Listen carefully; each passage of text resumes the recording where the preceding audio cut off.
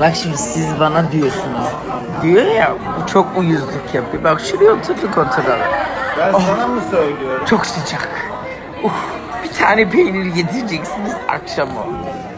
Sana söylemiyorum ama bunları değil mi yani? Ama sürekli negatifliğini veriyorsun bana. Sürekli negatifliğini veriyorsun. Sen alır mısın o negatif aşk olsun? Teflon tava. Umurumda bile değil. Öldüm, yandım, piştim. 4 tane peynir getiremediler. Duyan da acından öldü sanar, acından öldü. Florence Nightingale. Dün akşam köpek gibi yedin, onlar sana 3 gün yeterdi.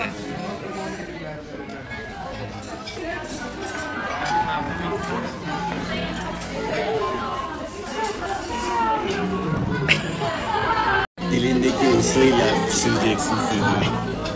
Sucuğu ben çiğ yemeyi çok severim bu arada. Değil mi? Evet. Salamları da hayatta yemem, sen ye. Salamı da severim, sosis de severim. Evet, bütün sokak köpekleri zaten öyle besleniyor. Aynı diye. Sen evde her sabah kaz yiyorsun değil mi? Ha? Aç köpeği.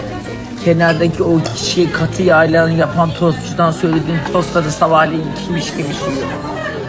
Olay. Utanmadan bile çay istiyor. Demiyor ki sabahtan beri ben saydırıyorum. Arsız. Acayip hayvanlara benzirsen, acayip hayvanlara benzirsen. Senin de kabuldür oruç namazın, kışkırırsan tutulmuyor boğazın. Mikrofonsuz da gür çıkar avazın, kınarak satanlara benzirsen, kınarak satanlara benzirsen. Acayip hayvanlara benzirsen, acayip hayvanlara benzirsen. Senin görünüşün güya yakışıklıdır, alacanın yüzünde şahmat mıdır?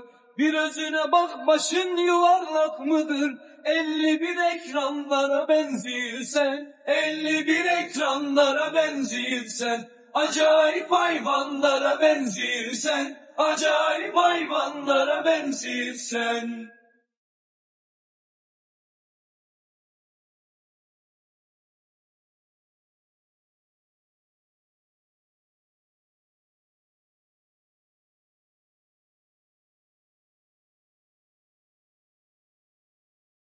İncin sen de sözün düzünü diyeceğim.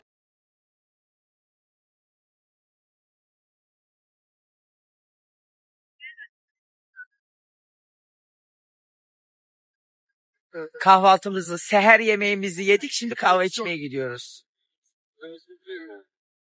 Her köşe başına bir müzik var burada. Buldun mu bir yer? Evet, Neresi? bir şey alacağım şurada. Sorusu neresi? Merhabalar. Merhaba. İyi sağ olun. Siz nasılsınız? Hayranınız. Hoş geldiniz. Ay estağfurullah. Memnun oldum. Fotoğraf çekilebilir Tabii miyiz? tabii tabii. Gerçekten en sevdiğim. Şaka maka burada da bayağı izleniyormuşuz. Sosyal medyadan olsun, program olarak olsun bayağı takip ediyorlar. Herkes diyor Kadir Bey biz sizi çok severiz. O yüzden buradan da bütün Bakü halkına selamlarımı sunuyorum. Hepsi çok güzel karşıladılar, çok güzel ilgilendiler. Her gören tuttu kolumuzdan. Hadi bize gidelim bir çay içelim, hadi gelin baklava yedirelim. Çok misafirperverler, çok memnun oldum. İnşallah kısmet olursa yine tekrar gelip yine tekrar görüşmeyi dilerim.